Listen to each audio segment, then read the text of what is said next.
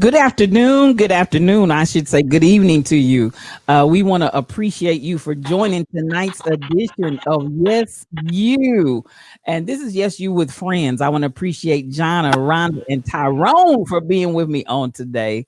And they always hold up the line. So I will go in a clockwise manner. Tell me a little bit what's going on in your world today. Tyrone, we'll start with you, sir.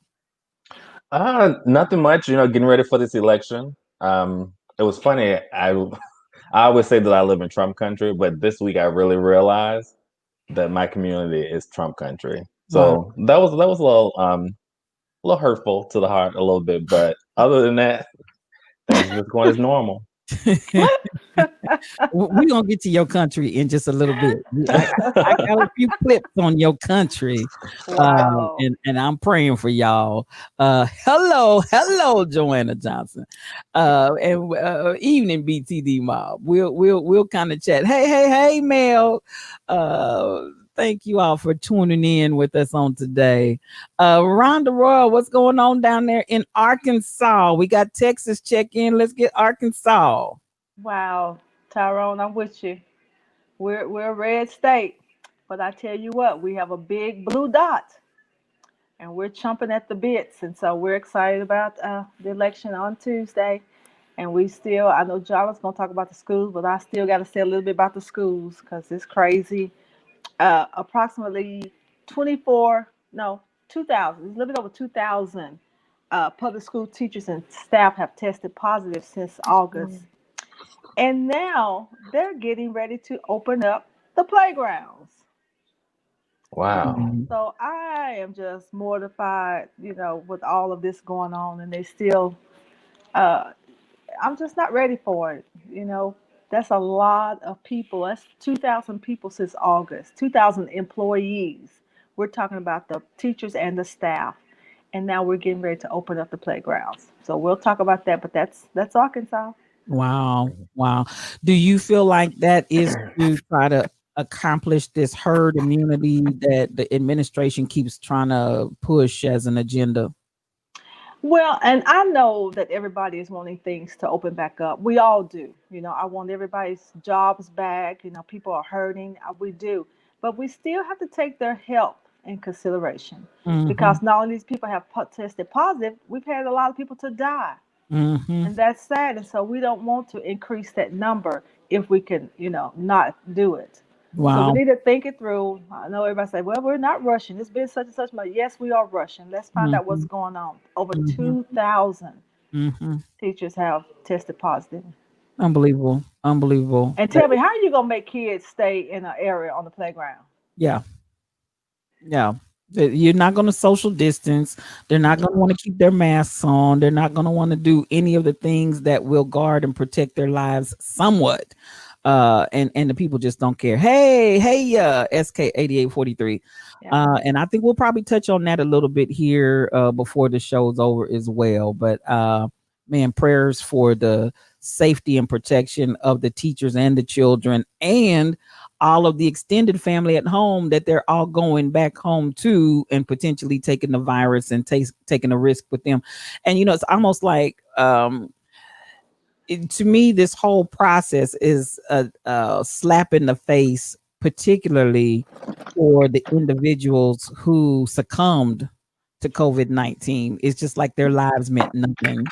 The way they're approaching this, and then even for the survivors, there are many people that fought hard. I mean, fought very, very hard and almost died, and still are not well, still are not right. They did live, but yeah, me too, Monica. The parents who have to send those kids back to school, I can only imagine what that feels like as a parent. And as we pull up that driveway, Jonna, I'm going to look up to you because you are living this experience with three little precious kids. So, uh, if with that, take it away. Well, today was our 5 p.m. deadline to decide about next semester. And we had 1 week notice, like I said last week. So this week has been a tizzy with everybody first complaining about the 1 week, and then it's early in the semester. We just completed the first quarter.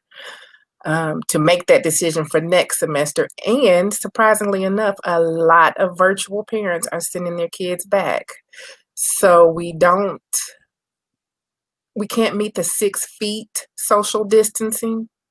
They're happy with 3 feet, and now they're getting ready to get an influx of the kids who were at home. A lot of them are going back. They had, I think, 22 additional cases this week, 200 kids in quarantine, and let's get them all in there. And it's starting, because for so many weeks we had no cases in the elementary schools, but it's beginning to pick up in the elementary schools. Wow. Now, 22 over 11,000 or so kids, that's not, it's 22 too many. But, to put it in perspective, that's district-wide over 11,000 kids. And so that's that. Oh, and they've made another rule with the snowstorm this week. There is no longer any such thing as a snow day, which has a lot of the I know that's silly, but a lot of parents and children are very upset about that. You have your device, you log your tail in on a snow day. Oh, forever. wow. Wow. Wow. And it's crazy that people don't realize the big picture impact of all this. Like, I have a peer at work. Her son's elementary school teacher tested positive. So then he had to come out of school to quarantine, but then she had to quarantine with him along with her twins who are in daycare. So then the kids in the daycare, there was a chance that, they could have gotten it. And it's like this triple effect, this big picture that people, for some odd reason, aren't understanding, that it's more than just you that you're impacting. Yes, we want everything to open back up, but we have to be safe about it.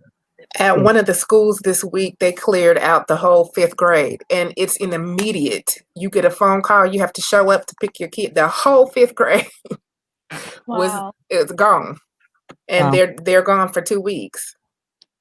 Our Walgreens just did that. One of the Walgreens was here open. All of a sudden, they kicked everybody out because 2 of the pharmacists tested positive, and they shut it down, and they're cleaning it up. Wow.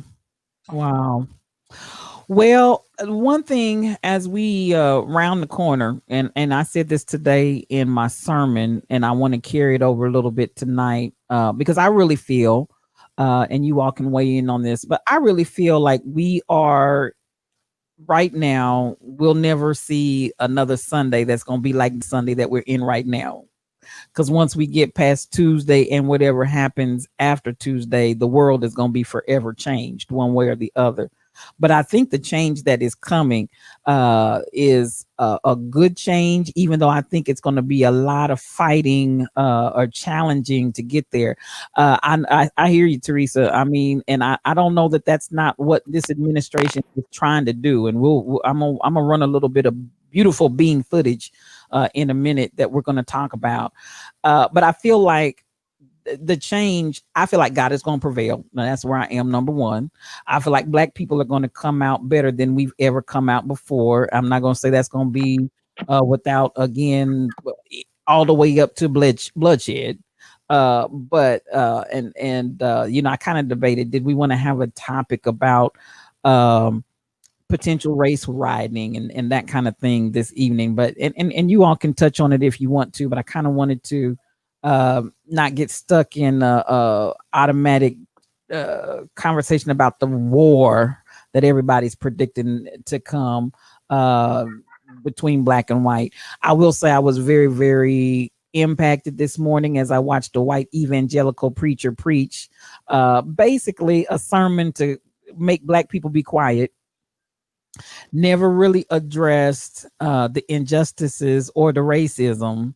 And then was like, if you really love God, I don't care if I'm Republican and you're Democrat, you're going to speak kindly to. Well, I don't think we're not speaking kindly to people. And at the same time, I also have to address the reality that not one time in this whole 1-hour sermon did you mention anything about injustice or racism. So the whole, if you really love God, you'll just as a matter of fact, his words, pass the peace. pass the peace. We teach. I want everybody just extend your hands out like you're passing the peace. I'm gonna tell you, my blood pressure was going up the whole time he was talking. Because at the end of the day, this is what traditional evangelical white racist biblical teaching has been, to suppress people, particularly people of color, and to make you feel, yes, Nathan Lamont, pass the peace. That was his big thing, pass the peace. And at the same time, I wanted to almost ask him, and what black person have you actually talked to? While you doing all of this, and we want to love one another and pass the peace, but yet and still, we're not really having conversation. I recognize there's a lot of push that we're going to have to do here in the days that lie ahead. It's not going to be as simple as just reach your hands out and make a gesture that you're passing the peace. There's a whole lot that's getting ready to happen. I want us, though, to focus on changes we want to see. So I wanted to actually bring some video clips that I don't know if you all have seen them or not. Mel said she's getting her bulletproof vest out tomorrow, and she does have one, and she's not playing. Oh, there we go, Mel. Mel's my girl. There we go. Mel doesn't play. Mel does not play. Oh, Mayman said your workplace is ridiculous. They get a case, they shut down the section while it's business as usual for everybody else in the building. That's insane. And I know some other major companies that have done that, where people have actually been sick and the other people, they just keep right on like nothing ever happened. So there's a whole lot of that going on. I think we may touch on that. Today, though, I want, and those of you that are in the chat, I appreciate every last one of you that are here. There are a lot of people that I see out there that are not in chat. You're welcome to come in and chat with us. Today, we're going to talk about the changes that we want to see. I am going to roll some beautiful bean footage that I want you all to give me some feedback on. But I don't just want to do it from the standpoint of your reaction, but I also want to hear the change that we want to see, because I do feel that the universe, that God has really set us up for change. And we got to go into it with thought, with forethought, and say, okay, this is what's happening. What do I want to see happen out of that? I'm going to start with one particular video. And I want you all to take this opportunity. This was sent to me by one of the viewers on last week.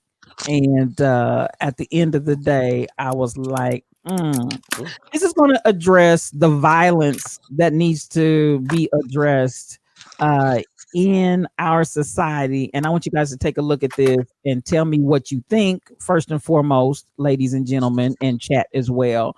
And then tell me and share with me the changes that you want to see. All right, here we go.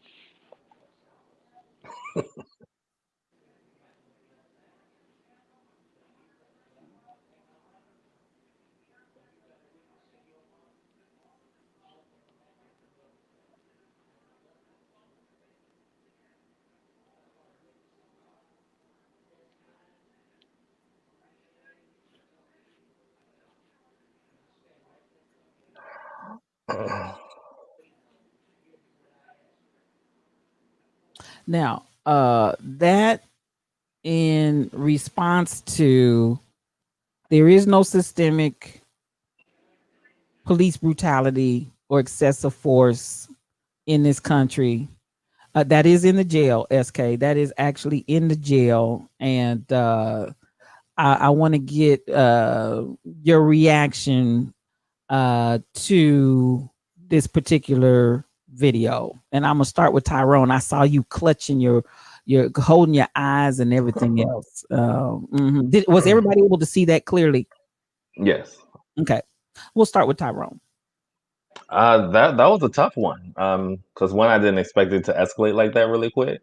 But that was a tough one to watch. And I mean, clearly we need some. We need people need to be retrained. And we really, I mean, we really need to, I would say, defund the police force, really spend resources and time really recruiting people who really want to protect and serve and who are able to handle the stress that come along with that job. I mean, there's always a backstory to it, but nothing from what we just saw, I can't think of anything a person would do to be treated that way. And clearly, maybe that police officer was stressed. Maybe they had a long day, but that comes with the job. That's a part of the job, and we clearly need to retrain and place our resources and benefits in other places versus giving them more weapons and increasing their salaries. And I want to interject here. Pockets, good to see you, man. I want to interject here. The person was not being aggressive because they're in handcuffs. Mm-hmm. They are in custody, in jail, and I still question what was the purpose of messing with the person's hair, which is really what kind of got the if you want to say escalated, because the person was trying to pull back with regard to the man going through the hair. Because listen, don't touch my hair, and I'll tell anybody that. Do not touch my hair. Don't touch my hair. So I really, again, with this whole idea that it's because of lack of compliance, because it's some sort of aggressiveness on our part, because this person is completely subdued. There's no ability to be aggressive at all. So, and then you see the other police officers, the other correction officers who calmly walk into the situation, who are obviously observing this, and they're complicit in the behavior and say absolutely positively nothing. I just want to interject that. Rhonda, Jonna. Until they suffer consequences for their actions, they're going to continue to do stuff like that. They're always finding some reason, some loophole to let them get away with that, and that's the problem, because they know they can get away with it. As we talked about on last week, how we have this commission that oversees a lot of things they do, and whenever the chief tries to fire them for whatever reason, the commission comes back and say no, bring them back, give them their job back. So they're not suffering any consequences for their action until they are held accountable for what they're doing. It's going to continue. And that's sad, because there was no reason for that. And then they walk up on them, and then they standing there looking. Come on, you just as bad as the one that was doing it. Yeah. And everybody said, well, we got some good cops. Okay, we do. But then the good cops should make the bad cops do what's right. Don't stand there and allow it to happen. Do you think all of those officers are bad cops? Because they were all complicit. I mean, those jokers were walking up, casually putting on their gloves to make sure they didn't get whatever. Right. And they are just as calm, cool, and collected as can be, because obviously, in my opinion, that's a regular occurrence. There was nothing for them to be alarmed about. Right. They were used to it. They're totally used to it. So, and the reason why I wanted to pull this in, and this was courtesy of actually Chris G41 sent that to me. If this is the everyday occurrence, then this is where I want to challenge our society that keeps wanting to say there's only a few bad apples and this is not the way the department as a whole operates. But we saw here in custody, in the confines of the jail, and all of those officers were just as nonchalant because obviously that's what's going on. How and then you got those people out there, because that was one of the things that the pastor that I was listening to this morning. We got to trust the police. We can't do the few bad apples out there and then all of a sudden everything breaks down and we go into rioting. So my blood pressure was steadily going up. And he is probably one of the biggest evangelical white congregations here in the city with like 5 or 6 campuses. 5 or 6 campuses. And this is what they're preaching to the people. And at the same time, I'm like, but sir, you've not said one thing about the injustice. And we cannot trust police that show us not to trust them. But at the same time, without having seen videos like this, which we see all the time, we see these videos all the time. I can't tell you hand over fist how many times people are sending me videos like this. I couldn't show them all if I wanted to because there's so many. But we see this all the time, but people want to insist these are isolated incidents and that this is not the heart of the whole department. And I beg to differ. Rhonda, I know you're in government, and so I'd like to get your perspective from that angle. And Jonna, I know you haven't said anything yet. Tyrone, I don't know if you want to come back and have further comment, but I'm just throwing that out there because I'm like, y'all quit lying. And these are changes that we want to see. It's not just a matter of saying that potentially whatever happens, again, whatever happens, whoever ends up in the chair ends up in the chair. I don't care who's in the chair. These are changes we want and must see. And I'm going to shut up and let you guys talk. Wow. I say what's good for the goose is good for the gander. And what I'm saying that about is, you all know the law is if the 3 of you all, the 4 of us were in the car and we stop at a convenience store and Tyro goes in and robs it, we know absolutely nothing about it, but we're all going to get arrested. Absolutely. Mm-hmm. So my thing is that one cop that was doing all that, the others walked up there and casually just looked as if nothing was going on. They all should be held accountable as well. And so our ask is that what's good for one is good for other. The laws for us is we're going to all go to jail, but then the law for them should be the same. They should all be held accountable. That's our ask. And I don't care who's in the seat. We need some changes. Thank you. Thank you. Rhonda, you have, I'm sorry, Johnny, you haven't shared. I want to hear what's on your mind. They need more training. I mean, this is going to be one of those situations. This should be expected. I don't see any reason why it got that far anyway, but this should be a part of the job. I mean, if you see a nurse with a difficult patient, I mean, come on, you know, way more than anything that happened in this scene, and they can't slap the shit out of their patients. Mm-hmm. So what makes it any different here? And it takes them twice, sometimes years longer to get into that profession. And because of all the training, they have training to handle a difficult patient. These people, no, this is not, no. No, what if that could have been my brother, my son, my nephew, my husband, or right. Whoever, you know, no. And I'm tired of it. I am sick of seeing my people get beat down like that for no reason. Yeah. And quit touching my damn hair. What? Don't touch her hair. Please don't touch her hair. I'm with her on that. Listen, well, see, I might as well go there because I said, listen, even with the husband, y'all gonna have to find another way to get busy, but don't put your hands in my hair. Anyhow, as we move on.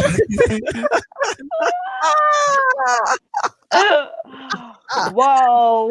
Put your fingers in my hair. Nonetheless, as we move on to the idea and the concept of when you address the training, and I saw Nathan put in there, the trainer is corrupt too. I want to go back to King Kuji, the bad apples argument. If you could put that one up for me. The few bad apples argument doesn't fit the way we live in today's society. When you shop for eggs and one egg is cracked, you replace the whole carton, not just the one broken egg. And that's how we need to think in this world. I appreciate you for that, because I mean, and that speaks to basically the same thing that Rhonda was saying as far as the illustration Tyrone may rob, but all of us are going to jail, whether we knew about it or not. And if that works, what's good for the goose is good for the gander. If that works out there in them streets on our behalf, it needs to work with you too. And I think, Rhonda, if they approached it from that angle, the so-called good officers would start telling on the bad officers if they knew everybody was going down the river. But right now, they don't feel like anything is there for them to feel threatened by. And as Nathan said, the trainer is corrupt too.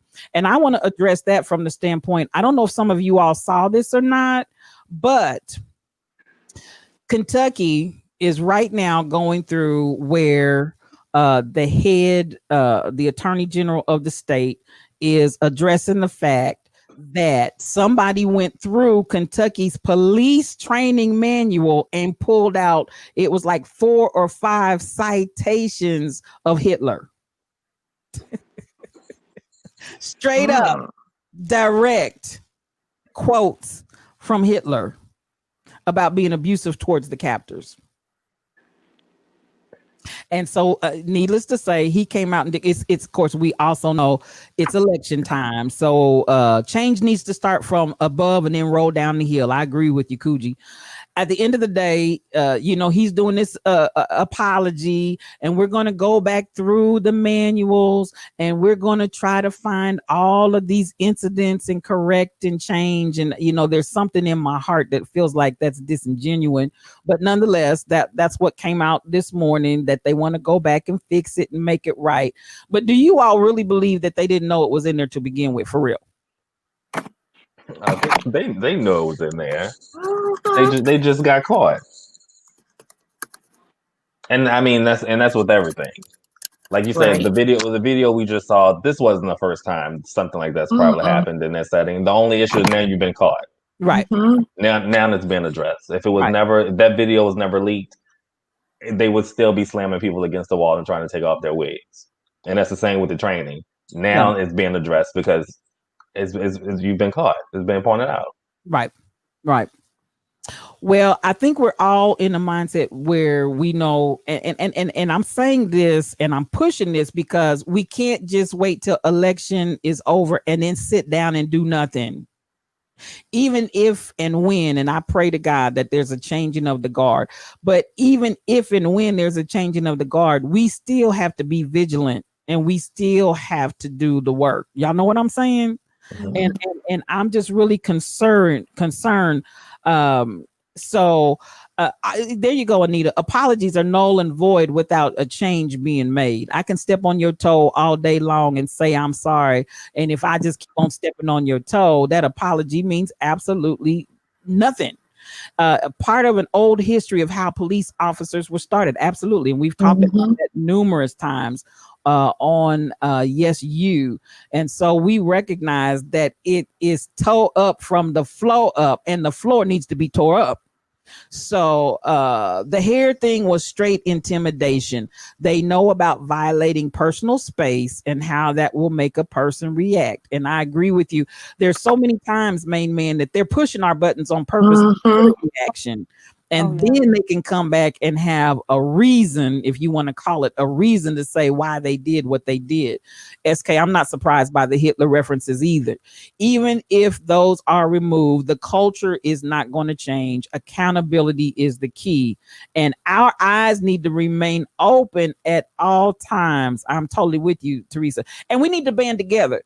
Because just like this individual went through that, I don't know who that individual is, but we need to continue what we're doing, make a complete outcry from everybody for the one. We can't just look at it and say, oh, I hate that happened to her or him, because like Jonna said, that could be your brother, that could be your sister, that could be your mother, your father, whatever.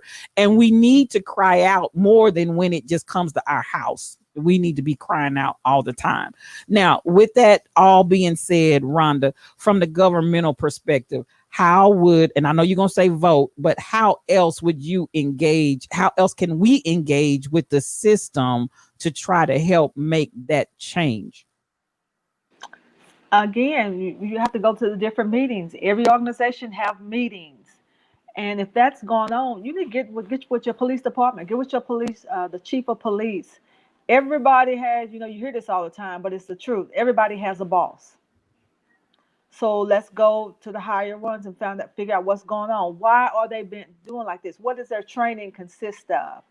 Um, Again, there's so many rules on the books, a lot that we do not know about. A lot of things they use against us because we don't know that.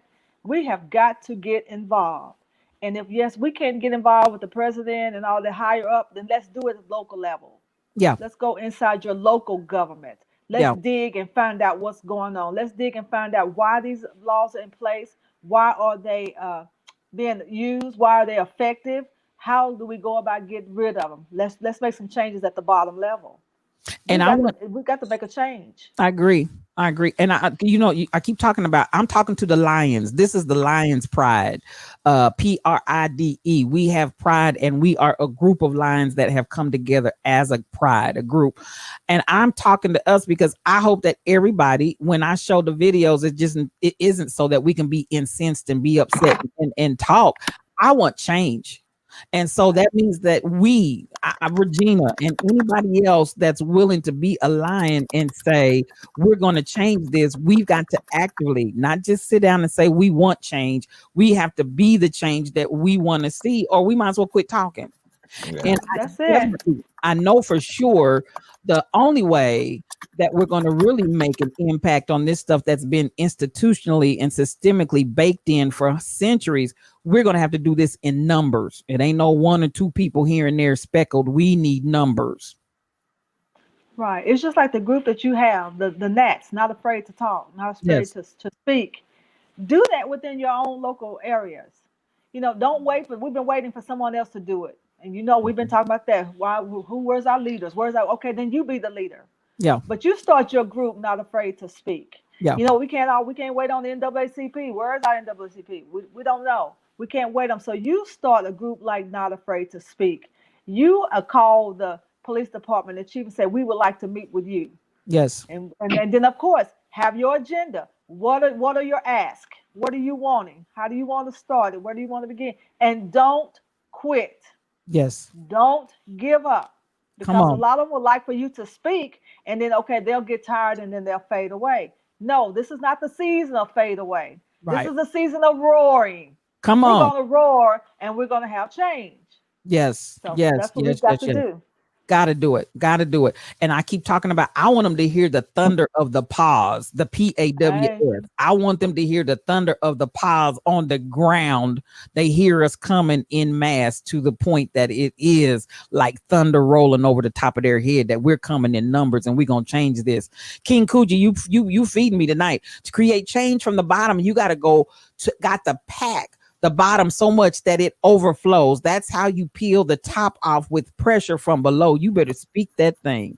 And I feel we've talked about this before, the leadership from behind, the coming from the bottom up. We're not trying to get everybody. Hey, Monica, you better hear us roar. You better hear us roar, because the lions are coming. Y'all had enough bye-bye black sheep, have you any wool? We're done with that. So as we come into the lion mentality and coming in with energy and coming in with unity. And I said, and you can't speak against what we're saying in inclusion from love standpoint, but at the end of the day, we got to get this thing right. We got to fix it. And so here we go. Now this one, I'm gonna shift gears a little bit.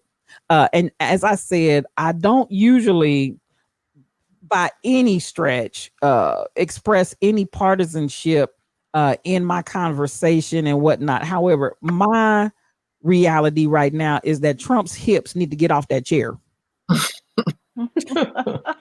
His hips need to be, and we don't want you back. You are the weakest link. Goodbye. So that's how I feel about that. Now, this man is an absolute criminal. I feel some kind of way. I've got some clips in here that I want to show you guys.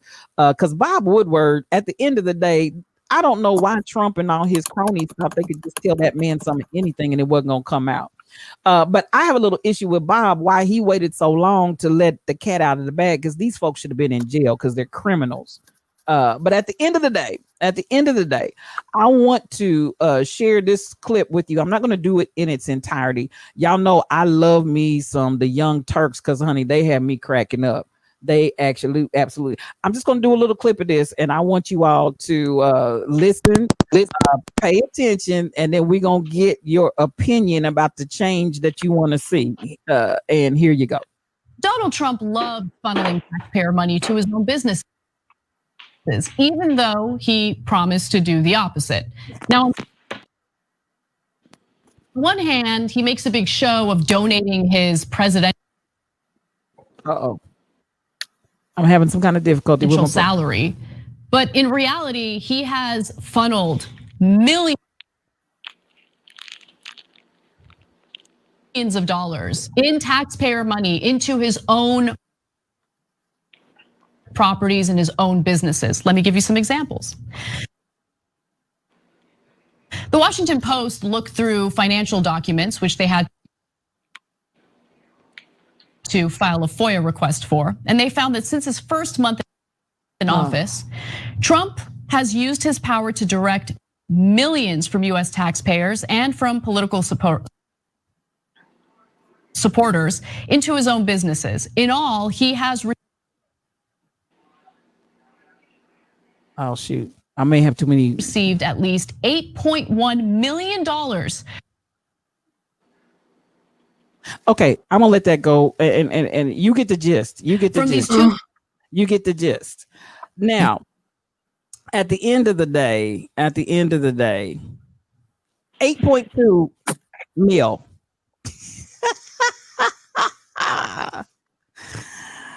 Woo! Now this from your Law and Order president that wasn't going to take a salary because he loved this country and the people so much. Right. But he has personally, you can go in and see the rest of it. I don't know if it may not be playing because I have so many queued up. Oh, that's okay. Got you. But for whatever reason, it keeps wanting to buffer on me, and I couldn't get. But y'all got the gist of it. I think I got enough of it out there. And so now this is not alleged. This is tracked money. Over 8.1 into his own personal coffers. And I'm gonna let y'all talk. I'm like Sheila. He does so much and nobody says anything. Just, there's no outrage. There's no, I don't know. It's insane. It is insane. I'm still stuck on the $750 tax bill. I haven't been able to comprehend anything past that. Come on. And SK, that's 2.3 missing right now from the re-election campaign. But we talking about that number that you just saw has nothing to do with the missing 2.3 mil. And this man is still in office and still. My thing is, I don't even see why there's an election because his hips need to be in jail. But is there a law that allow him to be able to do this though?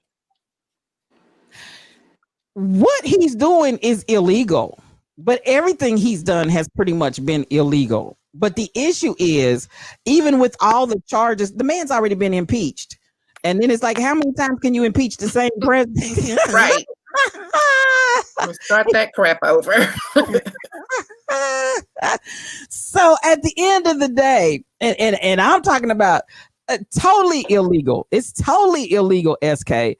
At the end of the day, I'm like, when we talk about things that need to change, oh my God, if this one man did not show us via the presidency everything that needs to change. Now, they talked about, Tyrone, just to kind of answer your question in a little bit different of an angle, even since his impeachment. The thing is, because he's still a sitting president, they do a courtesy, and this is a memo, it's not a law. The courtesy that as long as he's sitting, they will leave him alone while he's sitting because they don't feel that he should be divided, fighting a personal legal battle while trying to take care of the country that he's head of. Now, that's a bunch of bull right there by itself, but that's currently the consideration and the courtesy that is given to a sitting president. This man, as Richard Nixon, I am not a crook. Yeah, he is a Man crook. is a full-grown crook. And Tyrone, I can't think of all the laws offhand. I don't know the exact amounts of anything, but there's only so much we can donate to any Hmm. campaign, and there's only so much you can do with your campaign money. So there are laws that he's breaking because of all of that. There are rules that you can't do that. I can't tell you the amount, Hmm. but yeah, you can't do that. Let's just start with this basic one that any basic government employee knows, Tyrone. Anyone, all of my siblings that have worked in the government, myself, you cannot campaign on on government property. What you see him doing at the White House is illegal. That is illegal, and he knows it's illegal, and he doesn't care that it's illegal. Because he can get away with it. He does whatever he wants to do. But when you start talking about a broke man that comes into office, not to mention the money that Ivanka and Jared and them have made in the millions and billions from all of their illegal deals that they're making. And that's the funny thing when they want to talk about Biden's son, who that's it, the Hatch Act violation. If you want to talk about where they keep trying to talk about Biden's son, who has already been looked at, found innocent, moved on, we're talking about people. This is just wide, blatant, open-handed stuff these people are doing in office and don't care. So I'm gonna shut up and let y'all talk.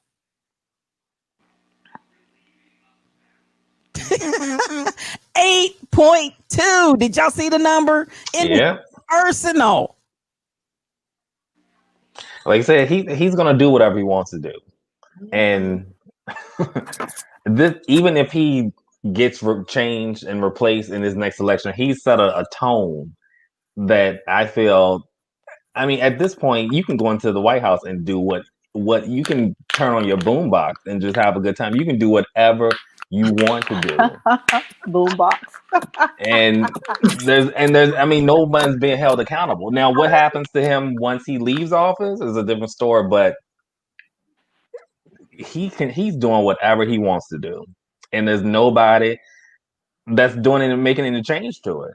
Uh-huh. I mean, I want to see him come out there with his hands behind his back, down the front steps and across the line. I don't want to wait until he's out of office. This man has committed so many crimes. Well, And there I needs want to to pull his hair. I want to pull his hair like the officers did the other one. Girl, you're gonna have a handful of something. or something.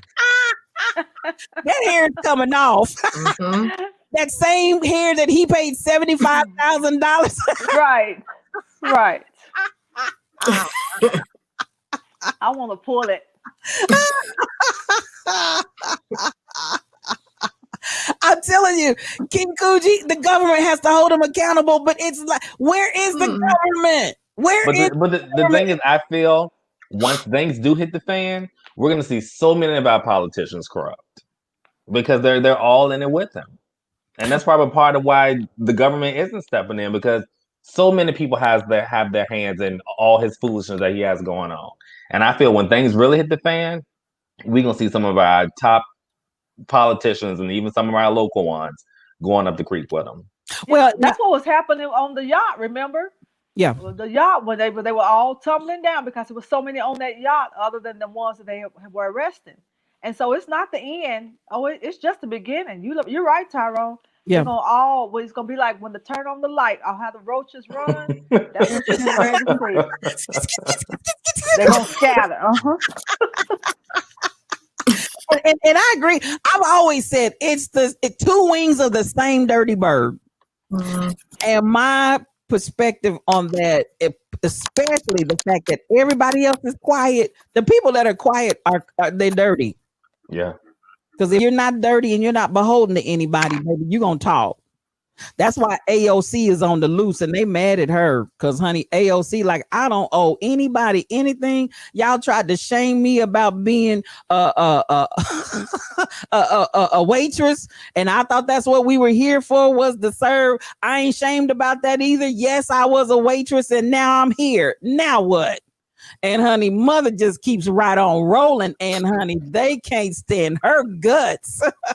But you got to go in and remain clean. But I think that's the problem that a lot of them have. As soon as they get in, folks start courting them and sometimes entangle them in stuff they don't even know they're getting entangled in. But then after it's a done deal and they want to be able to use that and come back and say, you dirty just like I'm dirty because you did or you took or you whatever XYZ.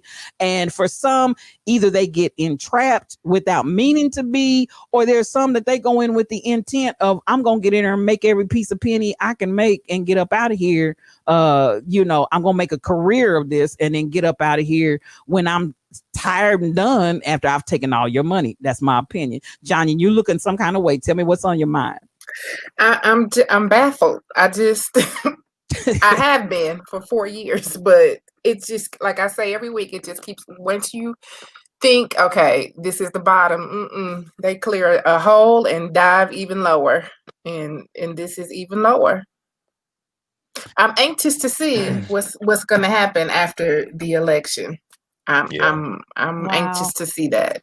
I think again, and the reason why I'm pushing this, I think we're going to have to come in mass with an agenda and with an ask and say, this is what we want changed.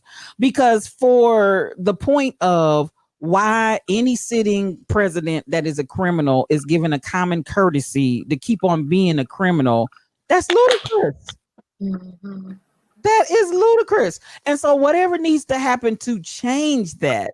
But now pay attention. That's why he did 300 plus judges at the state level and 3 Supreme Court justices at the federal level. Baby, that's all. They were already looking ahead to the idea, if they get kicked out the door, how can we keep one foot still in? And they're going to do it with the legal system with all of these judges that they have placed. And that's my opinion. I'll let y'all talk on that. But once he's done with office, this man's not going to have anything to do with politics. We'll never see him again until he's just here for the show. Those individuals are placed for a lifetime. Now, somebody said the same way they got put in, we can, you may have to go through a series of things to reverse it to get them out. But at the end of the day, they had an agenda. And while we were distracted with his rat looking hair and his orange skin, they were putting judges in there. And that lets you know he's a puppet. This man honestly has no agenda.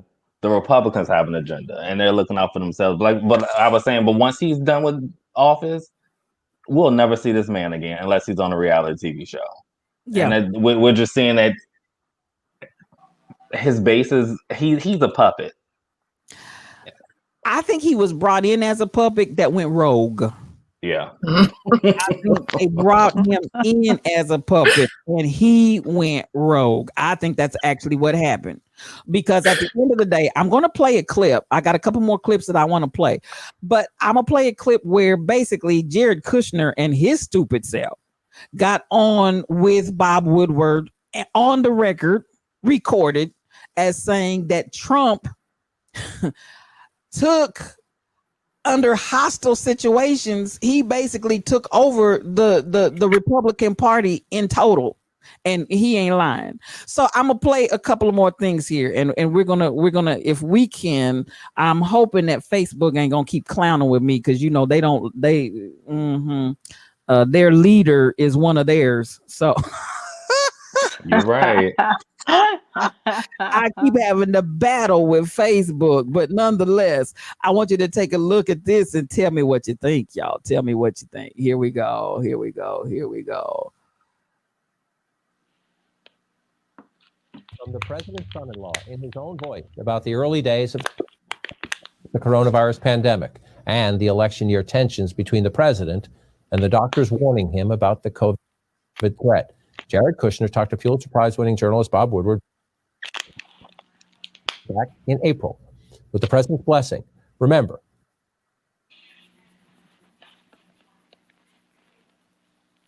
little context here. The early White House task force guidelines to slow the spread, those were issued in mid-March. 1 month later,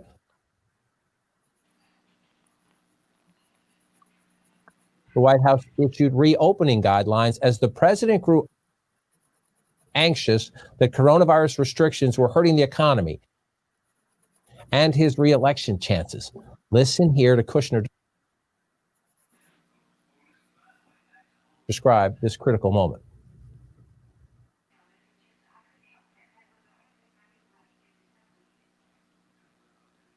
The last thing was kind of doing the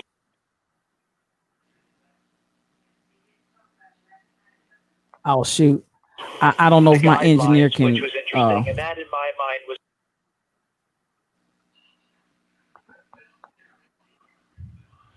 almost like, it was almost like Trump getting the country back from the doctors, right? In the sense that what he now did was, he's going to own the open up. There were three phases. There was the panic phase, the pain phase, and then the comeback phase. Okay, I'm gonna pause that right there because it's gonna keep doing that, and it's so broken up. I don't know that it's being effective in getting where we want to get. I'm gonna tell you what he said. There was a panic phase, a pain phase, and then a moving on phase. And so Trump basically, and this is what Kushner's saying to Woodward, Trump basically decided that he wanted to be the hero, and so even though he knew there was going to be panic, even though he knew there was going to be pain, i.e. people dying, his push because of the economy was to move everything forward in spite of, and the pain may be there and the pain may last for a little while, but all of that's irrelevant. He took back and you remember this was on April the 18th. He took back, and Kushner and Trump and them are proud about this. He took back command and control of the virus because the doctors and the medical personnel were not working with him in concert. He wanted to be the hero. I saved the economy. I opened it back up. Da da da da da da da. Now the man is stupid because people are dying. People are dying in mass, and somehow or another they didn't have enough foresight to look forward and say, when enough of our Americans die, they're gonna be upset. They're gonna be upset. And at the end of the day, this little economy that you're trying to get the pat on the back for is going to backfire. And potentially, if Trump loses, that's in essence what's going to be, because a lot of the people that were pro-Trump are realizing, sir, it's not even worth it at the expense of people dying. And I will say this even about what we're identifying in the state of Florida. The worry in Florida is that Florida is an older aged state where you have people that they are wealthy, they go there, retire, vacation, da da da da da. But who is high risk for death from COVID? Old people. So this man has really been like, I don't even care about my base. Y'all go ahead and die off. I just need to get this economy back open so I can get reelected. And that's what Jared Kushner literally says in this conversation, even though I could not get that video to play in full. And I didn't want to frustrate you all with it cutting in and cutting out. I'm just really frustrated with that because I had some good clips here. But at the end of the day, he says Trump literally did this. We're not looking at the panic. We're not looking at the pain. All we need for re-election is to get this country back up. Then he further says, and add insult to injury, but this is what he says, like he's really putting a feather in his cap. That's why Trump wanted the governors to be responsible for the COVID and not him, because that way it released him from any accountability for the negative death and everything else that happened on the COVID watch. But then he would come through knight in shining armor as the savior by getting the country reopened. Kushner literally said that in the tapes on record. How dumb can one be? Okay. So when we talk about, I'm gonna go back to where we started earlier. Rhonda shared what's going on in Arkansas. Jonna shared what's going on with what confronts her children and her family with going back to school. Tyrone, you deal with what you deal with down there in Texas. This man from Kushner's mouth planned it this way so that he could come back in his mind and come out as the savior of the world, even though he knew there was going to be panic and pain. That was irrelevant to him. Number one, getting reelected. And the sad part about it is, like I was saying earlier, I realized that my community, and when I say my community, I mean like my neighbors, like the people that live in my community, they support this foolishness. Absolutely. Like I'm in a Facebook page for our community, and I was literally disgusted by the comments that were being made behind someone's Trump sign being stolen out their yard. Mm-hmm. And the comments that people were making, like, I had to address it. Yeah. I mean, but it's sad that people really support this foolishness. Like the fact that he would think he would be the savior. Forget everything else that comes along with reopening. We want to push this economy. We know that's his big thing. Yeah. And people support that, like, wholeheartedly. Yeah. Yeah. And I mean, it's crazy. I think now I do have an issue with Bob Woodward waiting until this late in the game to bring this information forward, because I feel like if these jokers were talking in February and April, we should have long since had this information, because these are crimes. These are crimes. They're letting us die by plan and by will. This ain't no accident. And this is what I'm saying is just absolutely unbelievable about Kushner's interview that he did with Woodward. He's telling literal secrets of what they planned in private to this man that impacted the whole country. And I mean, the man is you would think he would have a half of a brain that would say to him, even if this is what we did, don't tell it. Right. That's kitchen table talk. That shouldn't leave the house. Here we go with the little yellow bus. Okay, now I'm gonna ask you all this. I'm gonna ask you. Yeah, he's jumping ship. Well, how's that helping him jump ship? Joanna, he done went out and told the truth. I mean, Liz, as my great uncle used to say, if you're gonna lie, add to it before you take it back. He nervous that Trump coming up out there and all about to go to jail. Listen, this joker got on the record and has said this is exactly what they plan to do. And I'm not trying to make light of it, because when you really get down to it and you stop and think that now Jonna has to determine whether to send her 3 daughters back to school and risk their lives with COVID, when you think about 2,000 and some odd teachers and students in and we're just talking about in these areas alone, we're not even going all the way across the country. And then you talk about 260,000 deceased lives from COVID. This man did this by plan, on purpose, and Kushner didn't have any. That's the Kushner. I said coochie. Anyway, this man didn't have any better sense than to get on the record and tell it. So if anybody wants to see it, you can see it on Kushner to Woodward in April. Trump now back in charge. It's not the doctors. And you know what is so ignorant about that?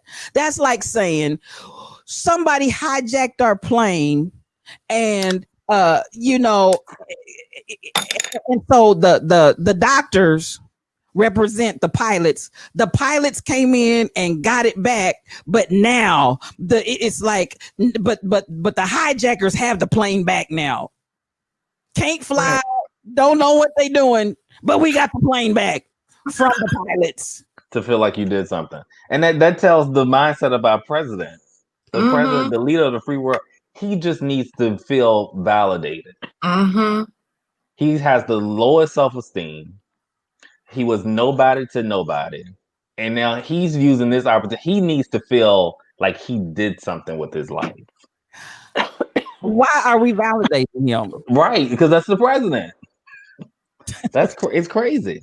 Our Right, president, and they he needs to support feel him. Whatever validated. he does, yeah, whatever he does, whatever he say, they support him.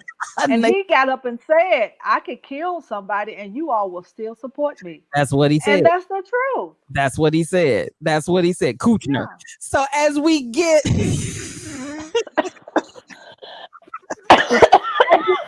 what is the change? What's the change? Because this The cannot president. happen again. No, well, it's gonna be he is working a system that's allowing all of this to happen, y'all. Because at the end of the day, what's to stop the next Trump from coming in and doing the same thing?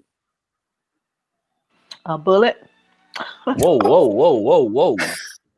I, This is not Rhonda. what's good for the goose is good for the gander. Don't Good for the goose, good for the gander. no, because we didn't go in there and rob that store. So Look at Tyrone. I thought you were my brother's keeper. I got you, but we got to say that after the program. Listen, anybody that knows we don't advocate violence, you At know. all. Yeah. And I am for equity for all. I think Coogee said something earlier on that we got to get everybody back to a point where we want inclusion, we want equity, and we want diversity, DEI. We want all of those for everybody, and we want to do it together as a group. But at the same time, you have to get down to the reality of what is going to have to happen. So, like Coogee said, her truth came out.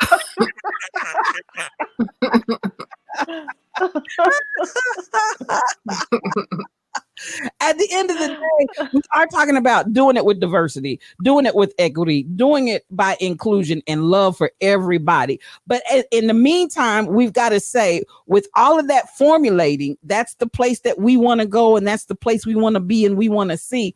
In the meantime, we need to insist and demand that whatever laws need to be changed with regard to, and even like I said, the memo, and it's a memo, is not binding like a law, but they treat it as binding, that as long as the seated president is still seated.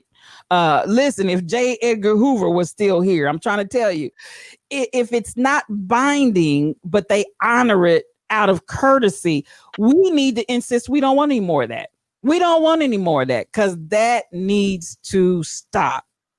Now, while we see that on the national level with him, what about our governors that are buying into this? What do you all feel about that? Because they have gone hook, line, and sinker.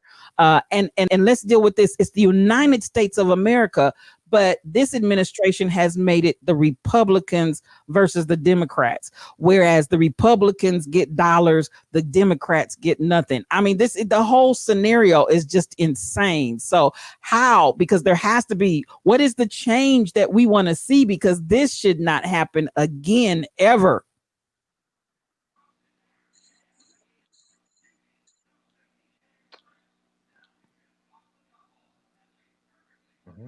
Chat, talk to me. And the church got quiet. I'm just trying to think of like what would be the best change that would be realistic. Until we get on e-government, we won't have anything. Like the rapper said, I don't have to.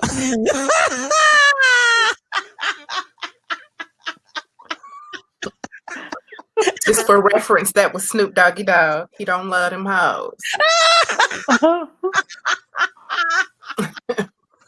That's why I love you. You are watching Yes You with my friends. That's why I like talking to my friends, because they tells it like a TIZ. Until we get a government, we won't have nothing. Are we recreating the insanity that was already there? I don't think any of this is new. Do y'all think it's new? I don't. I think like no. This is not new to politics and government. It's being exposed because of who he is and what he's put out there. So you have more people digging into what he has going on. Yeah. But this is a new. I'm sure other presidents have done the same thing. Just with more tact and a little more couth and less. They didn't have Twitter.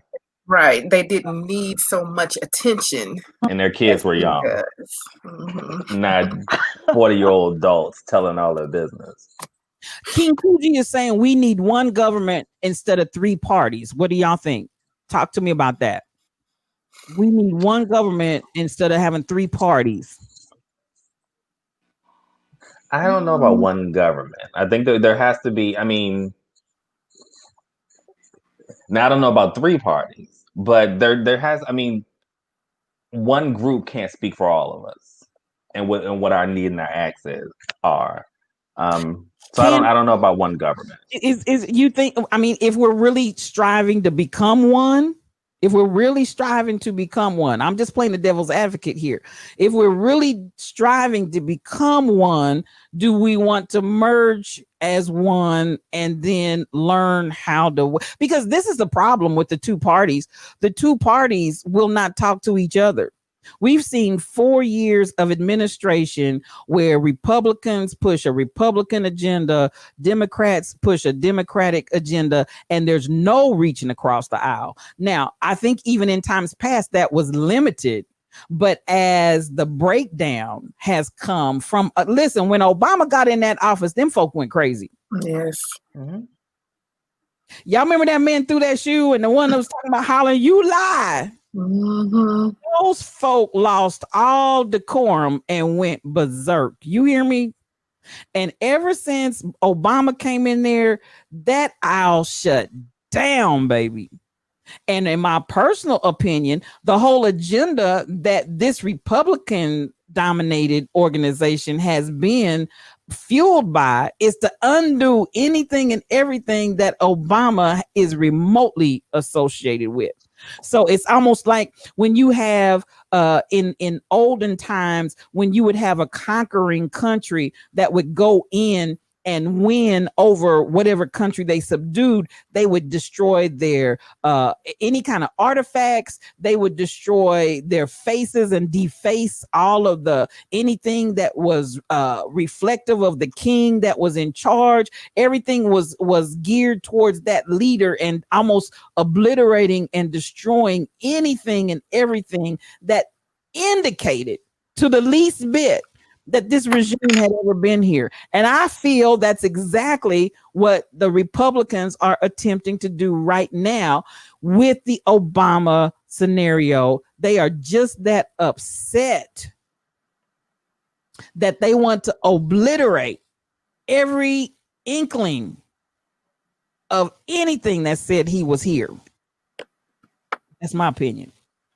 I remember in one of his speeches on Hillary Clinton's behalf, Obama said that the Republicans' hate for him created Donald Trump, and I agree because they've been. It's like it went nuts as soon as this man stepped into office. It's been crazy ever since. Like Main Man said, it's been 12 years. It's just they're getting desperate now because that last little bit is left. Yeah. And it's just completely nuts. But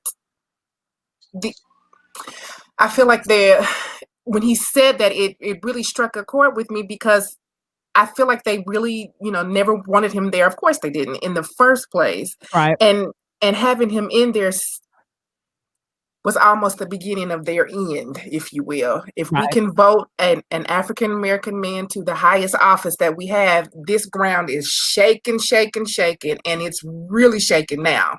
And that's why they carry on like they do. Yeah, I agree. And all I'm trying to identify is that the aisle during his administration shut all the way down, and it's still not open. If anything, it got worse because they were the majority. And with that, they did everything in their power and have blatantly and overtly, even the pushing through of Coney Barrett into the position that she's in as a justice. All of that was really at the whole purpose of trying to shut that thing down and seal it with a 6-3 court, so that even if you did have the 3, oh well, we got 6. So you know, it is any means necessary to shut that thing down. And if that's not a packed court, I don't know what a packed court is. Garen, at the local level, electing and backing officials that share our beliefs and are truly willing to make the necessary changes that we are asking for. We have to have more involvement and more seats at the table that are making laws. We agree with you 100%, Brother Garen. And that's why, again, I'm going to keep saying throughout this broadcast, because what's going on right now is so critical. This is the changing of the guard, regardless of who takes that chair, because we're basically saying we're not going to back up. We're not going to back away from the change that needs to happen. The lions have been awakened, and our paws are on the pavement. So at this point, again, we recognize that definitely needs to happen. But to go back to Kuji's point, do y'all think we can go with one government? I still think that would be a hard one. To have one entity to speak for all, I think that's going to be a little tough. Yeah, I can't Yeah. see it. I can't see it. Would it be Yeah, I'm trying to easier figure- overall? Maybe, but I can't see it. As much as America likes to argue and carry on, I don't think it's gonna Yeah. happen. I don't think we would get anything accomplished. Yeah, I'm trying to figure out how we do that, because there's such a big gap between them right now. So coming together as one, how would that happen when you have two, totally split? They want to make it seem like the Democrats is totally socialist. They want them to pay for everything. Everybody gets free this, free that. Then the Republicans want the rich get richer, the poor get poor. So how would you make a one government when there's such a big gap in between them? It would we would totally have to abolish everything and start over and get some fresh people that are willing to work together. Because those boogers in there now, it's going to be like pulling teeth to get them to work together. Do we need to totally abolish everything? Because we all agree that the bird is dirty. Are we going to if that's the case, birdie dirt? The bird is dirty, y'all. These sayings, oh my God. Are we going to keep flying this same dirty bird? The bird is dirty. A bird Okay. Such harsh language. 2 wings on the same dirty bird. It is. It's 2 wings and a tail, because you got the Democrats and the Republicans, that side, and then you got the independents bringing up the tail. Shake a tail feather. But at the end of the day, the whole bird is dirty. Yeah. We're saying, but it's not something that just happened. So how are we gonna fix it, y'all? Exactly. And see, that was Garen just said it a while ago. At the local level, making some change, getting the people in there, and then you rise on up. And as I've said over and over again, and they promise you that they're going to do this when they get in the office, they're going to do that, and then they get in there, and then they get to acting like everybody else. Like everybody else. Vote them out. Vote them out. And that's on both the sides. hard part. On both sides. Listen, Vote them out. What I tell you, Michelle Obama said, if you're afraid to talk, if you're not going to talk for our behalf, then give up your seat at the table. Time to go. Well, I'm gonna tell you what King Kuji said. Even at the local level, you got 3 parties. SK said we got more than 3. Is necessary. A whole bunch of them. And that's the thing. If we're going to just keep splitting and making more, does it make sense to try to come back to one instead of splintering until you've splintered all the way out? You got to vote in the people that's going to represent for what we want, for what we need. I hear you. I track the money. SK said, track the money. Well, at the end of the day, I'm gonna say this, because I tried to vote my career politician out, and his name was so popular.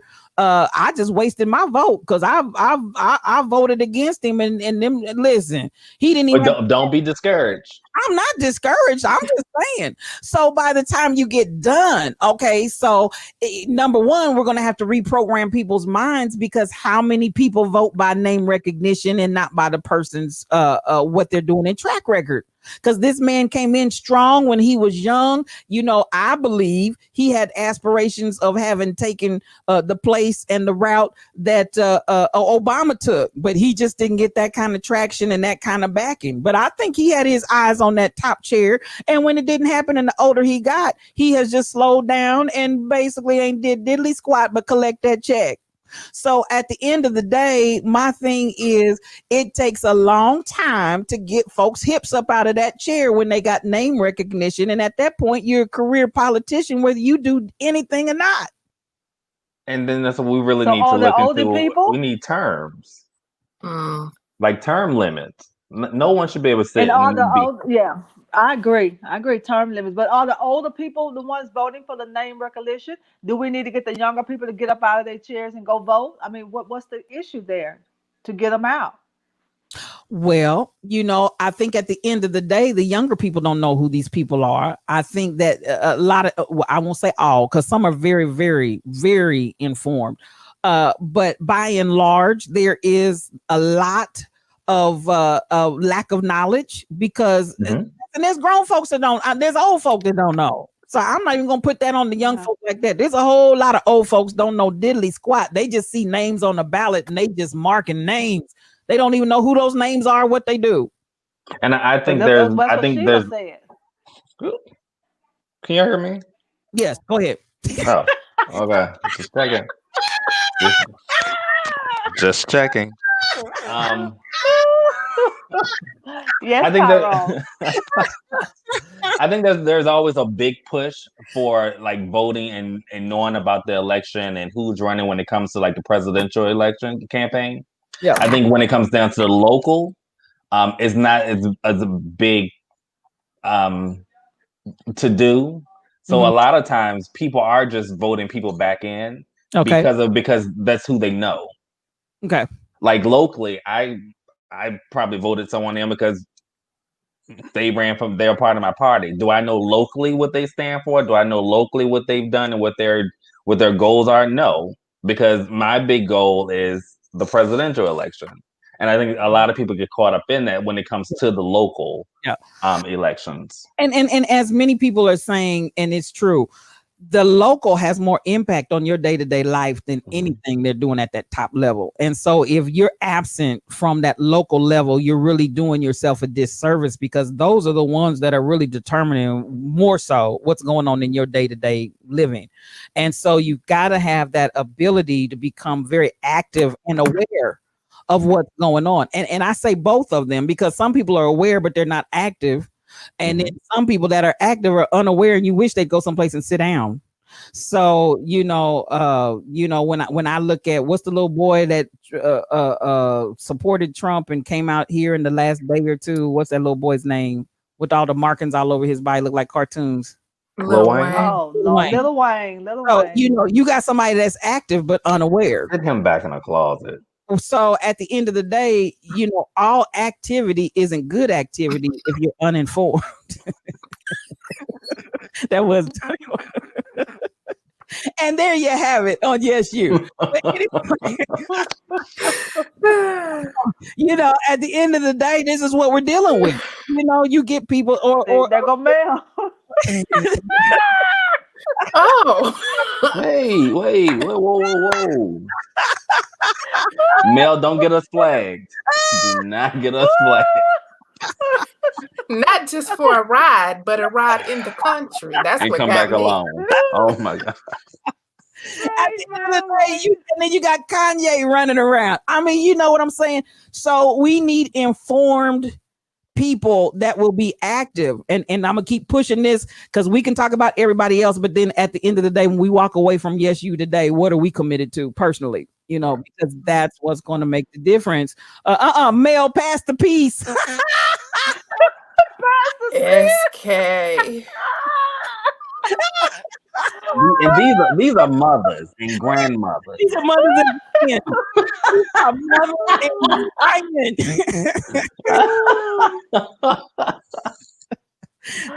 I ain't mad at you, Sheila. I ain't mad at you. They have had enough. They said, my children and my grandchildren, I've had enough. Right. mistake. Okay, so we brought up a couple of things because we're talking about what do we want for change. Term limits. We keep. I hear that from time to time. Are we all in agreement? We need some term limits. Yes. Yes. Okay, term limits At every level. At every level, we need to have. But what happens if you have somebody that's really, really informed and they're active, and then you replace them with a novice that has absolutely no clue? And they can still be informed and they can be active. Yeah, they don't have to be in office. Find something else to do with yourself.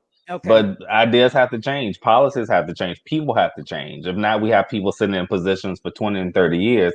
And like you said, get to a point where they're doing nothing but collecting a check. Well, my only thing that I'm trying to push there in question is, are we going to then be at the mercy of inexperience and people that lack knowledge? Because at that point, if you got somebody, you put somebody in, Rhonda deals with budgets for her area all day long. You put somebody in there that is absolutely positively clueless and has no idea about anything, and they're in charge of your money, and I'm talking about big money that's coming into your area. That is just as destructive as not having anybody at all. So I mean, and that's where mentorship comes in. I mean, if you know my term limit is coming up and there's someone who has to run in my place that's going to run against another party, let me mentor someone to put them in a place to represent me and what I've achieved and what I have going, and then they can add to that. It shouldn't be a place where like these two nobodies are just running for office. Yeah. Whoever's in office should be, I mean, and just in general, politicians should be mentoring people. And we did just describe Trump, Coogee, because he was clueless, and is still clueless. Right. And see, that was before I ran. I started going to the meetings. And so I became knowledgeable on some of the things. Because, and then another thing, we're talking about term limits, but we also need to be talking about term limits. I guess it's all about term limits because mine is a 2-year. And it is a lot of information. Yeah. So in 2 years, I'm trying to learn all this, and now it's time to run again. Yeah. And that's hard. So some way, when we say term limits, I just want to get us clear on, hey, Mike City. Excuse me. Hey, Mike City. I just want us to get clear on, we need to really think about how that term limit process needs to look as far as how many years does it need to be and where in that cycle this needs to happen and then this needs to happen, because it takes a while even just to get your feet wet to be able to digest the information, the office and everything else. And then by the time you're just getting the knowledge and awareness of it, if we're telling them, okay, your term is up, now we want somebody new, we're still defeating our purpose. So I just want to interject. We need to think those things all the way through. We need to talk to some people that really have been there and know. And I think us coming in and saying, this is what I want and that's what I want, when we really don't know the process. Now, that's where we're going to look at people like Rhonda and say, we need you to sit down and maybe write out what that time window needs to look like for a term so that we can have realistic terms. And then again, talk about how it needs to be done. I think a lot of times, and I'm going to tell the truth, some of these old timers, they are intimidated and insecure. They don't want to mentor anybody. That's my opinion. I may be barking up a wrong tree, but sometimes you have that territorialism that is fearful of young people coming in. And some of these young people have phenomenal brains. I mean, there's some geniuses that just stab my mind. And I'm saying there's not some old folks that are geniuses too. Put the two geniuses together. But a lot of times I pick up when I talk to different ones and observe, like there's some sort of discomfort that some of those in the position have toward training those that would come behind them. Now, Rhonda, I'm gonna ask you because I may be barking up the wrong tree, but or anybody. I don't want to put you on the spot. I know you're in that arena, but that's my opinion of what I've observed. I've been inside city government, and I know a lot of times those old heads don't want no young people coming up in there, even just for mentorship. So I see that as having been a problem where I came from. Of course, now I'm talking all the way back in the 80s. So the 80s and the 90s. So it may be different. Tyrone, you blinking your eyes real. It was a long time ago. And where you were born? Never mind. Nobody wants to train their replacement, right, Coogee? So that's a problem when, and I've seen people that'll be like, I got all the knowledge in my head, but I'm not gonna pass that on to somebody else because then they can take my spot and And I'm like, man, I'm gonna give you everything I have and hope that you're gonna take it to the next level. That whole fear and intimidation and insecure thing that goes on with people, I don't get it, but some people really, some people really operate from that place because you have to be replaced. Well, some folks don't want to be replaced. They don't want to deal with that. Well, I feel you're doing a disservice to anything that you're a leader of if you don't start to mentor someone to pass on the knowledge. Because at the end of the day, you will be replaced, whether it's in a body bag or you just got tired. You will be replaced, and that's doing a disservice, Jonna, to your people. Okay, Jonna. I agree with Mel. I think 4 years is long enough. I would say at the local level, maybe 8. And I hear you guys, but I guess that's why I'm saying, do we need individuals that are actually in those? Now, some of them gonna lie because they want to get that check. So, do we need, now I'm gonna come from this angle, and I'm not just saying this because Rhonda's one of our team and she's my friend. I know Rhonda is 100% about the people and about the job that she does. Tyrone, what you looking like that for? You just started leading Forget you, Tyrone. I feel like you need to have people that are genuinely caring about the people and about the city and the municipality. She's actually at the county level. So we need to have people that are actually in there that can help us come up with those numbers, because we don't know what those numbers should look like. My opinion. Go ahead, Rhonda, and tell me what you think. Because hey, Jonathan already went with 4 years is long enough. 4 years long. Well, now our governor is their term limit is 2 4-year terms. After that, they can no longer run. Okay. It just depends on what the position are you talking about. My position is every 2 years, but there's no limit on it. Another problem that we have is finding someone to run. Okay. Guys, that is a huge problem. We want people to not be a career politician. However, we don't have anybody to replace them. Mm-hmm. So we need some people to step up to the plate in order to mentor. It's hard to mentor when there's no one to mentor. So we need to create a pool. We need to create a resource pool of candidates that I think need to be groomed even prior to running. That's my personal opinion. I think people need to have, and I've been talking, not afraid to speak. We have one of our members is a professor at one of the universities here, and she literally teaches the government, the police officers. She's been very, very active in the election of government officials and that kind of thing.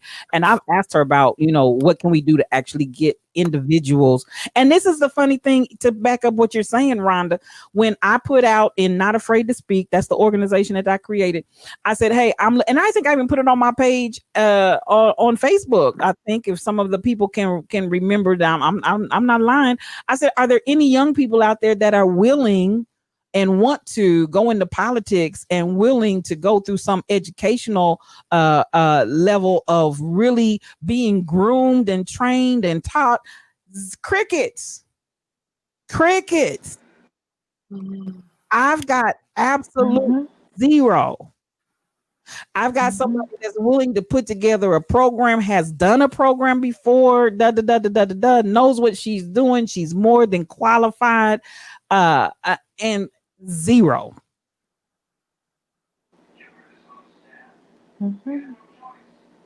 That's the reality. Yeah. And even what Rhonda was saying, I remember when I went to vote, and especially in like a small area like Salina, most of the local officers that were up, there was nobody going against the person who was currently in it. Unopposed all the time. Unopposed, yeah. Nobody's running. I said I should run for mayor. You should run for something. They would throw bricks in my house. I'm not gonna do that. Sometimes you gotta take the risk, Tyrone. You gotta put yourself out there.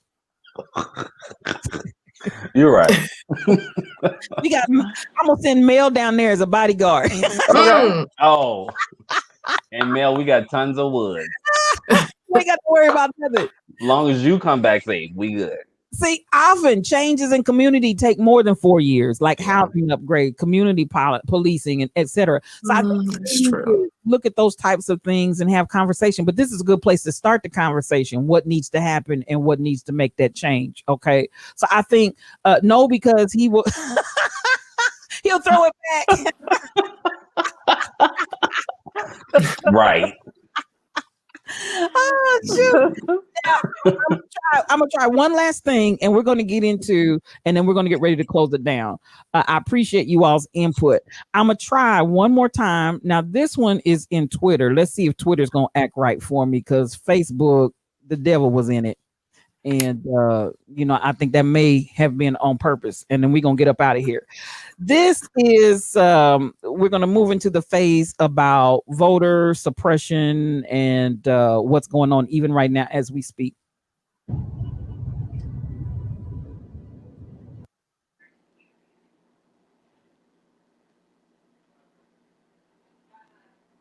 Running them out of Texas.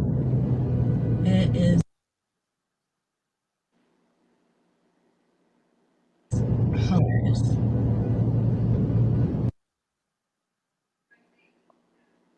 Oh shoot. Come on, work with me.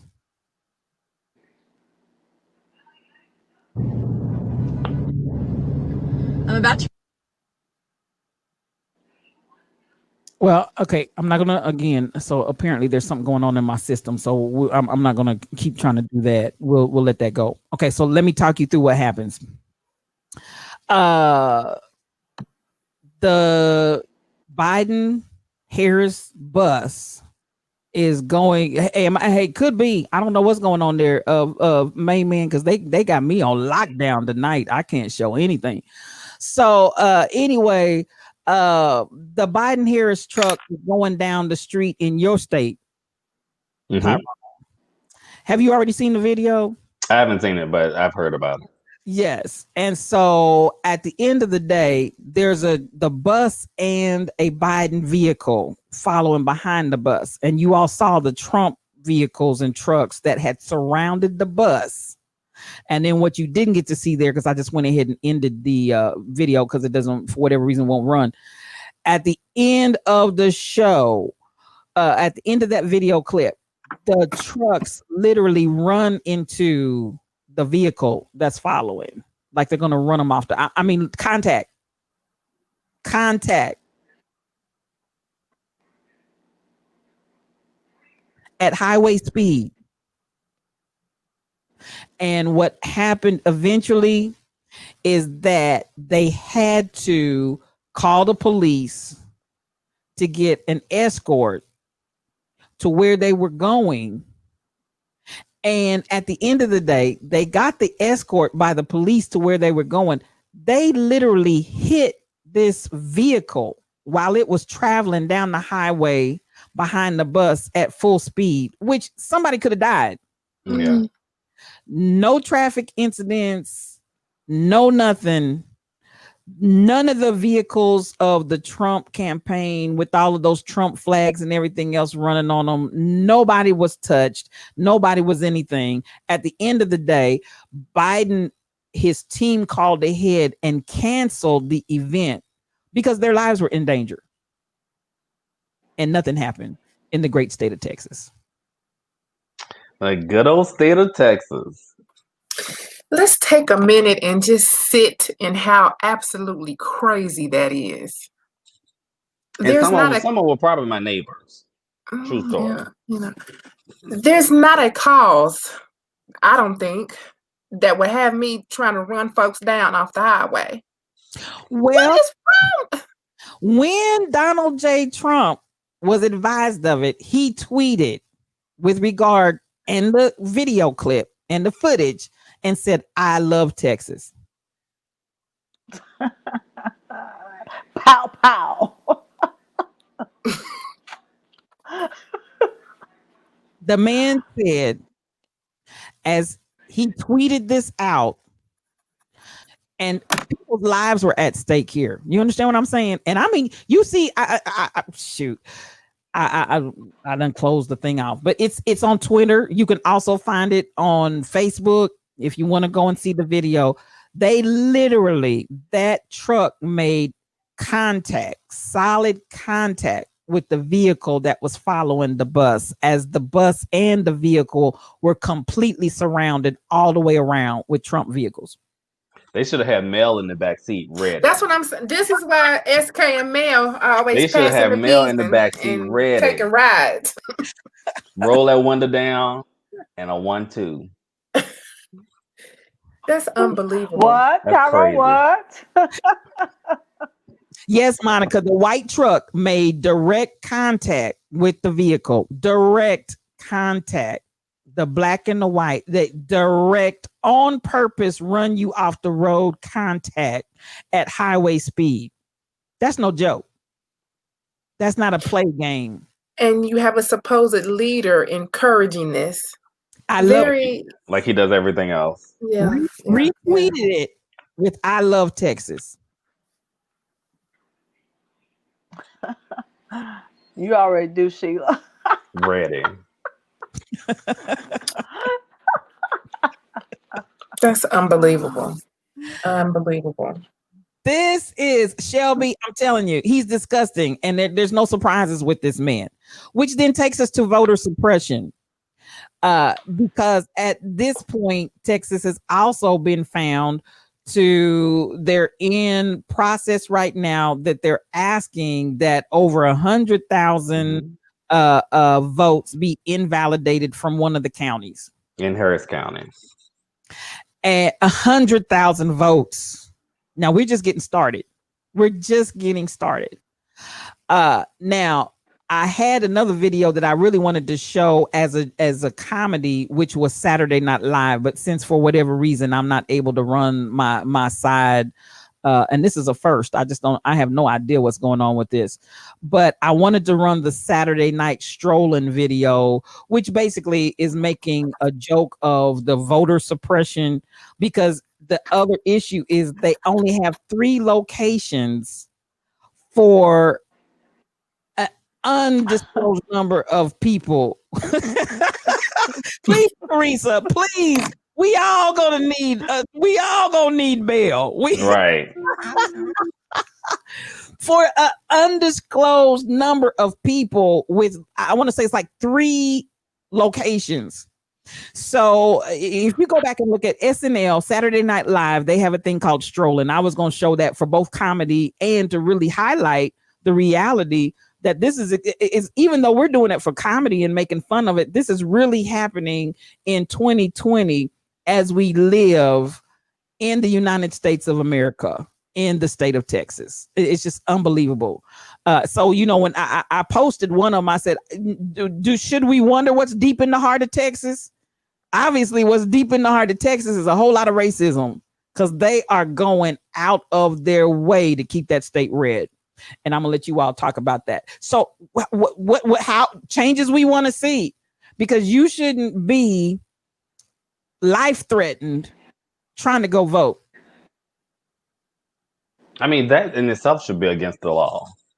I mean, just like, in communities, you can post your political signs in your yard.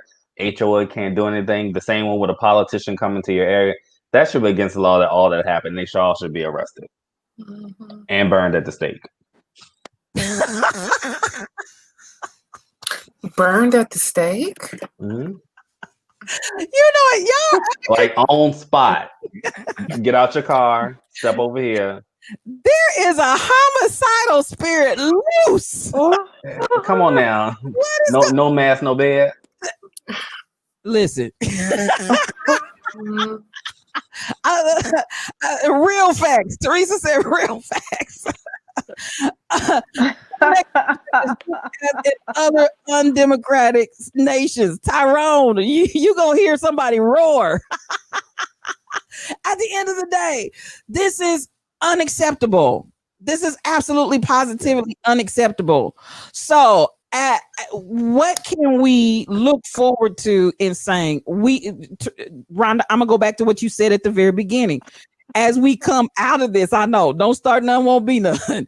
As we come out of this, what is our ask? Because something has to change. I want to Are you start. asking me? I'm asking all of y'all. I'm trying to. I referred back to when you said initially we need to have an ask. So I'm saying, as we're preparing, because listen, this is my thing. Why am I having this conversation this direction tonight? Because the election is Tuesday, and we don't know what's going to happen between Tuesday and from that point going forward. But we got to have a plan. We can't just be sitting up. I don't know, whatever. No, we need to have some kind of understanding of y'all done got y'all. Father God, in the name of Jesus. On spot. I'm calling on you right now, Jesus. It's a homicidal spirit. Yes, you, Jesus. Hey, the people tired, girl. The people tired. The people are tired. I know I am. We're tired. So how are we gonna change this? What are we gonna do, y'all? We can't. Hey, talk is cheap. It takes money to buy land. What do we want? How are we gonna change this insanity? Because it's insanity, and we are tired of it. First of all, I'll start off with Aretha Franklin. RESPECT. Respect my decisions. Yeah. It may be different from yours. I may not vote like you, but you respect me for who I am. Don't be trying to intimidate me from voting because you think I'm gonna vote different than you. You vote for your candidate, I vote for my candidate. That intimidation's got to go, or we're gonna have some problems. Yeah. So respect me for who I am. Respect me for my differences. Yeah. And we can go a long way if you just respect me. Yeah. And then we can go and see if we can find some common ground somewhere. But in the first place, respect me. Yes. And respect is earned. I'm not bothering you. Don't bother me. Right. Like they said a while ago, don't start none, won't be none. Come right. on. But don't intimidate me at the poll. Yes. Come on now. Yes. You invade my space. And things are gonna happen. Yes. Yes. So, yeah. And it's crazy. The dominant race will go out of their way to make a point, to try and distract you from doing what your legal right to do. Like, these people are going out of their way. You plan, you set on the highway, you waited for this to happen. Like, go plant a flower or something. Like, vote your way, respect me to vote my way, and we'll come to a common ground. Yeah. But the fact that you're going out of your way, yes, is an issue. Are you scared? Like, do you know that your party has no basis? Y'all have nothing that you're standing on. So you're gonna spend your Saturday to do this foolishness. They are scared, absolutely. But my thing is, they're gonna catch the wrong one, and one of these times it ain't gonna turn out like you thought. And let me say this, King Kuji, I appreciate it. It is defense and it's not homicide. We do a lot of joking. I do a lot of joking here. I can guarantee you, I am the only one of the few that hey, I got everybody's back, but honey, these babies they ready to go to action. Only out of the level as was said for respect. Nobody's just trying to be out of order or whatever, but it is about us saying we will defend ourselves, and there is a defense spirit, and it's not homicide. So just so you know, the way that I now, they know my position, so I don't have to go back over that. But at the end of the day, I'm gonna be John is like I ain't buying what you selling, ma'am. You would be the first one out there. Right. Looking for change. The first one. Roar! Girl, if somebody would have tried to run us off that highway, you would have turned around in the middle of that mug in your car. Right. And the whole thing would have been clear. With Rashida holding on. Right. They're driving.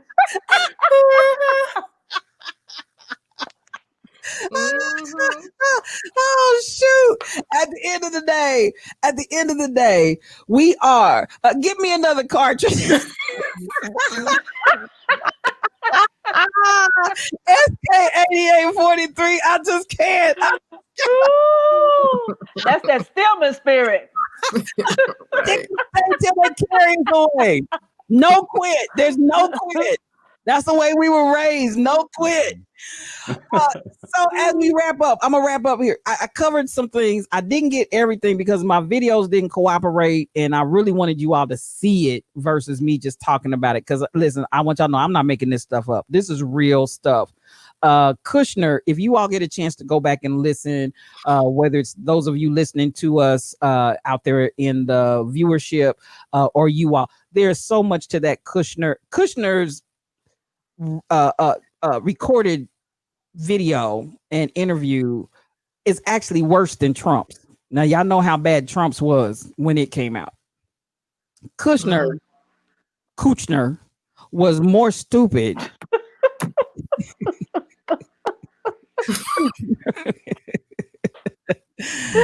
I done heard all I want to hear from Coochie.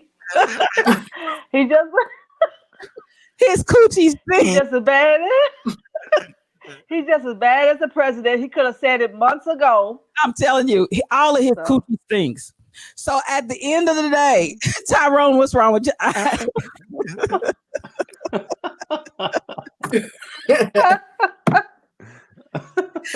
the end of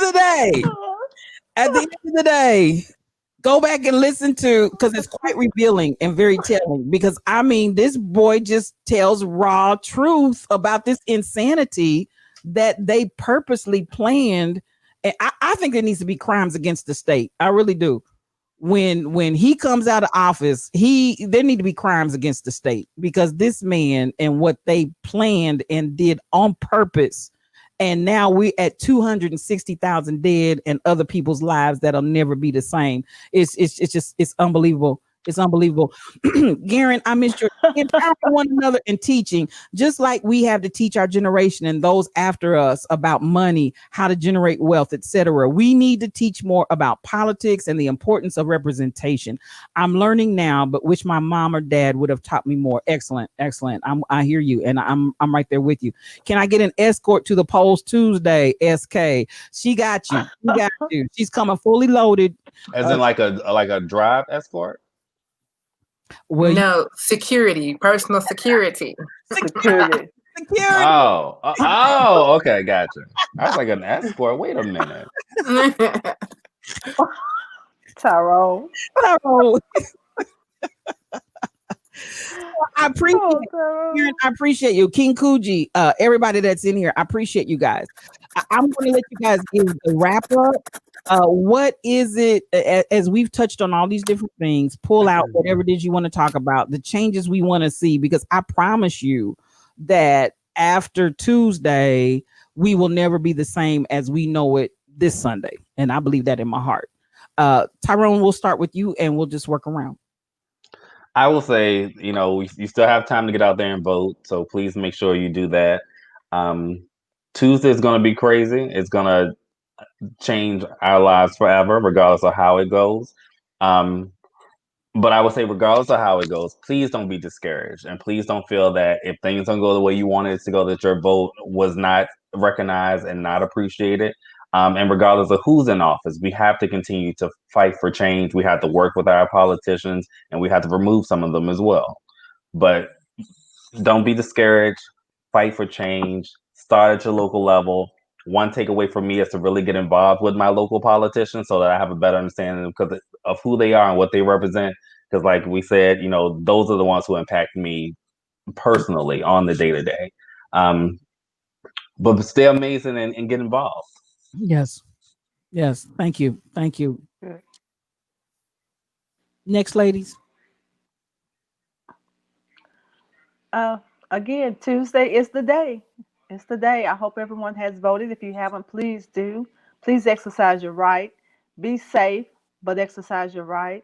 Probably don't even go by yourself, because they are acting crazy out there. So do whatever you have to do, but go out and vote and be safe about it. The end of the day. This is the fourth quarter. Mm-hmm. And I'm not going to tell you the score, but I'm going to tell you we win. Amen. Are we Absolutely. talking about politics? Just understand, y'all. No, we win. At the end of the day, we win. I'm not going to tell you the story, the end of the story, so I don't want to ruin the score for you. Tyrone is so lost. Open up your spirit. But Are you talking at the about end of the like day, football or something? Help us, Lord. See, that's a no. distraction. We talking about getting people to the polls and voting, and you bringing it. See, that's what's wrong with people. No, As soon as see no. a At the distraction, end of the we talking day, about politics and we getting people to the vote and polls and making changes in the community, and you throwing something like Tyrone, that. Half our audience is Tyrone, confused, I reclaim my time. I reclaim my time. and you're At more the than welcome end to of the go ahead. day, we're spite of being interrupted. At the end of the day, we win. Be encouraged and understand it was worth the pain, and we win. So be encouraged. Thank you, Rhonda. Thank you. The gentlewoman from Arkansas is acknowledged. Thank you very much. Jana. It has been a rough 4 years. Hopefully, things will change. If not, be kind. Yeah. Be kind to yourself and the people around you. If your candidate wins, yay. If not, be kind still. And don't let the momentum die. Just because hopefully will be a changing of the guards doesn't mean that we should say, oh, no, we still need to keep going. Yeah. And that's all well taken. And we do win at the end of the day. Yes, you.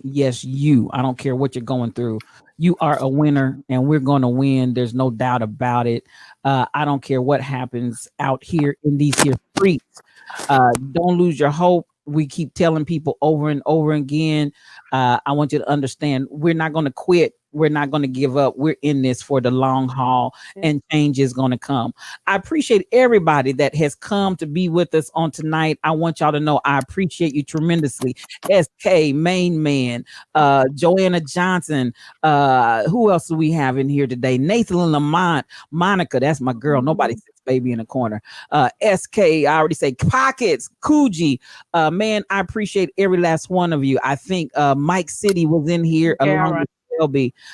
Garen, yes, thank you so much, Garen. That's one of my friends. Oh, that's one of your friends. Oh, hi, Gary. Oh, Garen, we love you. Thank you so much for coming, man. We appreciate you. Everybody that came here. Now, I want you to come back next week because we're going to have some serious conversation to continue on because we will be talking about what we have witnessed during the course of this week. And so we're going to have a very important conversation when we come back next week. Meet us there. We love you. And as I always like to say, peace for your journey. Have a good one. For your journey. Hey, Garen.